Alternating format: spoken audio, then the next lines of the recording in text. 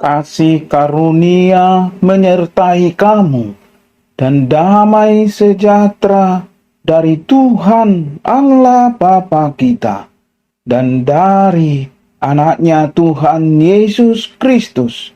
Amin. Horas Shalom. Jemaat Tuhan yang berbahagia dan penuh sukacita, salam sehat dan tetap semangat. Selamat menerima hari baru di pagi hari ini.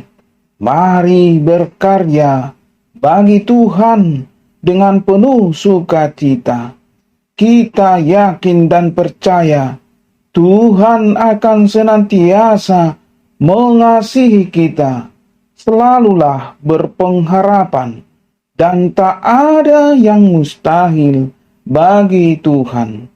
Sahabat yang baik hati, yang dikasihi oleh Tuhan Yesus Kristus, marilah kita menggunakan waktu sejenak untuk berdoa, membaca, dan merenungkan firman Tuhan untuk kita dengarkan pada pagi hari ini, Rabu tanggal 30 November 2022, yaitu yang tertulis di dalam 2 Korintus pasal 5 ayat 15. Demikian dikatakan firman Tuhan.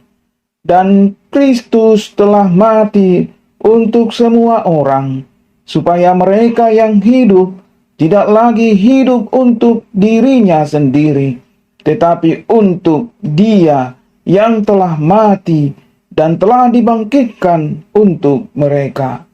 Molo di bibeltai di dogma songonon. Jala songonodo hujujur hami. Anggo naung mate nasadai humokop sude. Naung mate lunasida saluhutna. Jala humokop saluhut do ibana mate. Asa unang be mangulu di dirina akan mangului. Asa mangulu nasida di ibana naung mate jala mulak mangulu humokop nasida. Ido sahatna hatani debata. Sahabat yang baik hati, yang dikasihi oleh Tuhan kita Yesus Kristus, Anda pasti mengenal lukisan atau pahatan 12 tangan yang tertangkup mengarah ke atas sedang berdoa. Lukisan dan pahatan itu bernama tangan berdoa. Lukisan itu karya Albrecht Dürer 1471-1528. Pelukis dan pembahat Jerman yang juga merupakan salah seorang pelopor seni Renaissance, masa peralihan abad pertengahan yang ditandai oleh perhatian kembali kepada kesusastraan, kesenian, ilmu pengetahuan, dan humanisme, atau perhatian pada martabat manusia dalam iman Kristen. Lukisan atau pahatan tangan berdoa itu konon punya legenda. Albrecht bersama seorang sahabatnya ingin masuk sekolah seni lukis dan pahat.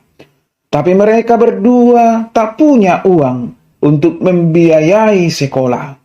Karena itu, teman Albrecht berkata, "Bagaimana kalau kita bergiliran, kamu sekolah dan saya bekerja untuk membiayai sekolahmu. Nanti bila kamu tamat, kamu menjadi pelukis dan dapat uang. Uang itu untuk biaya sekolahku." Albrecht menawarkan diri untuk bekerja, tapi sahabatnya itu tetap berkata, "Jangan, biarlah saya yang bekerja dulu dan kamu juga yang akan sekolah." Akhirnya mereka sepakat dengan gagasan tersebut. Kemudian Albrecht masuk sekolah seni lukis dan pahat. Sementara itu sahabatnya bekerja keras sebagai buruh bangunan. Setelah beberapa tahun kemudian, akhirnya Albrecht lulus. Albrecht berpikir, inilah saatnya membalas kebaikan sahabatnya. Dengan penuh semangat, Albrecht pergi ke rumah sahabatnya untuk menyampaikan kabar baik tersebut. Karena Albrecht mengetuk pintu depan rumah sahabatnya dan tidak ada yang membukakan pintu, maka Albrecht mengintip dari lubang kunci pintu. Apa yang dilihatnya adalah sahabatnya itu sedang berlutut dengan kedua belah tangannya sedang tertangkup ke atas. Sahabatnya sedang berdoa sambil menangis. Oh Tuhan, tanganku sudah menjadi kaku dan kasar. Tanganku sudah tidak bisa melukis lagi. Biarlah Albrecht saja yang menjadi pelukis. Benar bahwa kondisi ini terjadi karena ia telah bertahun-tahun menjadi pekerja kasar sebagai buruh bangunan, sehingga tangannya menjadi kaku dan kasar, terlalu kaku dan kasar untuk menjadi pelukis. Melihat hal itu, Albrecht menangis. Albrecht tidak dapat melupakan hal itu seumur hidupnya, sehingga kemudian ia mengabadikan kenangan pada pengorbanan sahabatnya dan membuat lukisan dari pahatan tangan berdoa. Albrecht sadar bahwa keberhasilannya adalah karena pengorbanan sahabatnya.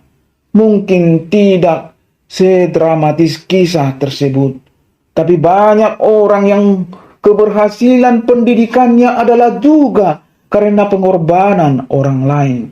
Siapa yang membiayai pendidikan kita? Siapa yang bekerja untuk membayar uang sekolah atau kuliah, uang buku, uang transport, uang seragam, uang ujian, dan sebagainya, sampai kita wisuda? Bahwa ada orang yang sedang berjerih payah bekerja, menabung, menanggung biaya kita. Bahkan mereka pula berlutut dan melipat tangan, menangis dalam doa untuk keberhasilan kita. Atau juga pengorbanan dalam bentuk lain. Apakah kita menyadari jerih payah mereka? Sahabat yang baik hati yang dikasihi oleh Tuhan Yesus Kristus.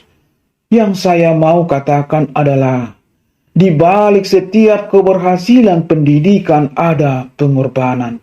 Mulai dari orang tua yang mengasuh kita, mengantar kita ke sekolah, ibu dan bapak guru yang bersusah payah mengajar kita membaca dan menulis, dan lain sebagainya. Entah orang tua, entah saudara, entah guru atau dosen, yang pasti ada mereka yang berkorban. Pengorbanan adalah hidup untuk orang lain, untuk kepentingan orang lain, untuk kebutuhan orang lain, untuk kebaikan dan keberhasilan orang lain. Pengorbanan yang paling nampak dalam diri Yesus Kristus, bahwa ia hidup bukan hidup untuk diri sendiri, tapi untuk orang lain. Inilah inti berita Injil.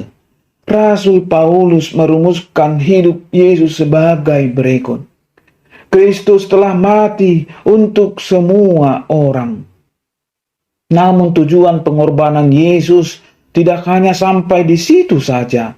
Tujuannya lebih jauh dari itu. Kristus hidup untuk kita dan kita juga hidup untuk Kristus dan orang lain. Ungkapan tidak lagi hidup untuk diri sendiri, itulah pengorbanan.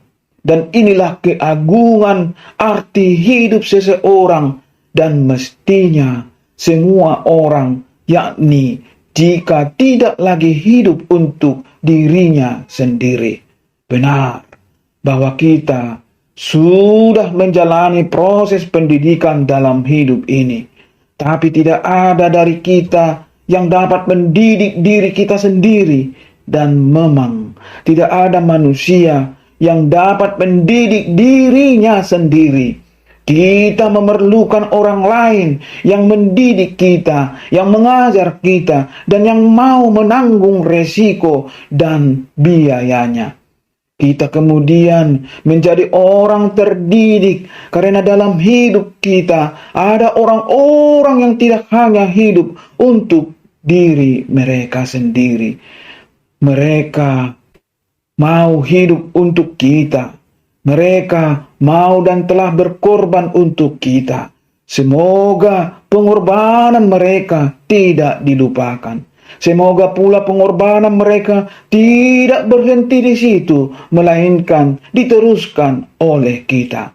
Maksudnya adalah supaya kalau kita sudah menjadi orang yang terdidik, kita pun menjadi orang yang tidak lagi hidup untuk dirinya sendiri. Setiap waktu kita diperhadapkan dengan banyak pergumulan. Salah satunya adalah pergumulan bagaimana agar kita hidup benar dan berkenan kepada Tuhan. Kita bergumul untuk menaklukkan keinginan daging, tapi seringkali kita tidak berdaya dan kalah karena pada dasarnya roh memang penurut, tapi daging lemah. Matius 26 ayat 41. Selama keinginan daging kita begitu dominan, maka langkah hidup kita sepenuhnya akan dikendalikan oleh daging. Rasul Paulus menegaskan, barang siapa menabur dalam dagingnya, ia akan menuai kebinasaan dari dagingnya. Tetapi barang siapa menabur dalam roh, ia akan menuai hidup yang kekal dari roh itu. Galatia 6 ayat 8. Kehidupan kita seperti sebuah kendaraan yang berjalan dan memerlukan kendali kehidupan. Jika Kristus yang memegang kendali, maka perjalanan kita sepenuhnya ada di tangannya, dan kita pun akan dituntun Tuhan di jalan yang benar. Sebab segala jalan Tuhan adalah kasih setia dan kebenaran bagi orang yang berpegang pada perjanjiannya dan peringatan-peringatannya. Mazmur pasal 25 ayat 10. Bagi kita adalah taat dan memiliki penyerahan total kepada kehendak Tuhan, sebab sasaran utama hidup orang Kristen adalah menjadi serupa dengan Kristus. Amin. Mari kita berdoa. Bapa Surgawi yang bertahta di kerajaan surga, anugerahkan kami penghayatan kasih Yesus Kristus sebagai motivasi hidup dan pelayanan, agar mampu kami menghadapi tantangan hidup yang selalu kami hadapi di dalam perjalanan hidup kami ini. Jangan biarkan kami dikuasai hal-hal yang menurut daging, tapi arahkan kami Tuhan selalu menurut akan Roh Kudus-Mu, melakukan kehendak-Mu di dalam hidup kami ini. Berkati kami Tuhan selalu, lindungi kami, tuntun kami untuk berjalan sesuai dengan firman-Mu. Terima kasih Tuhan. Ampuni kami dari dosa kami, agar kami layak selalu di hadapan-Mu. Dalam nama Tuhan Yesus Kristus kami berdoa. Amin. Salam Horas.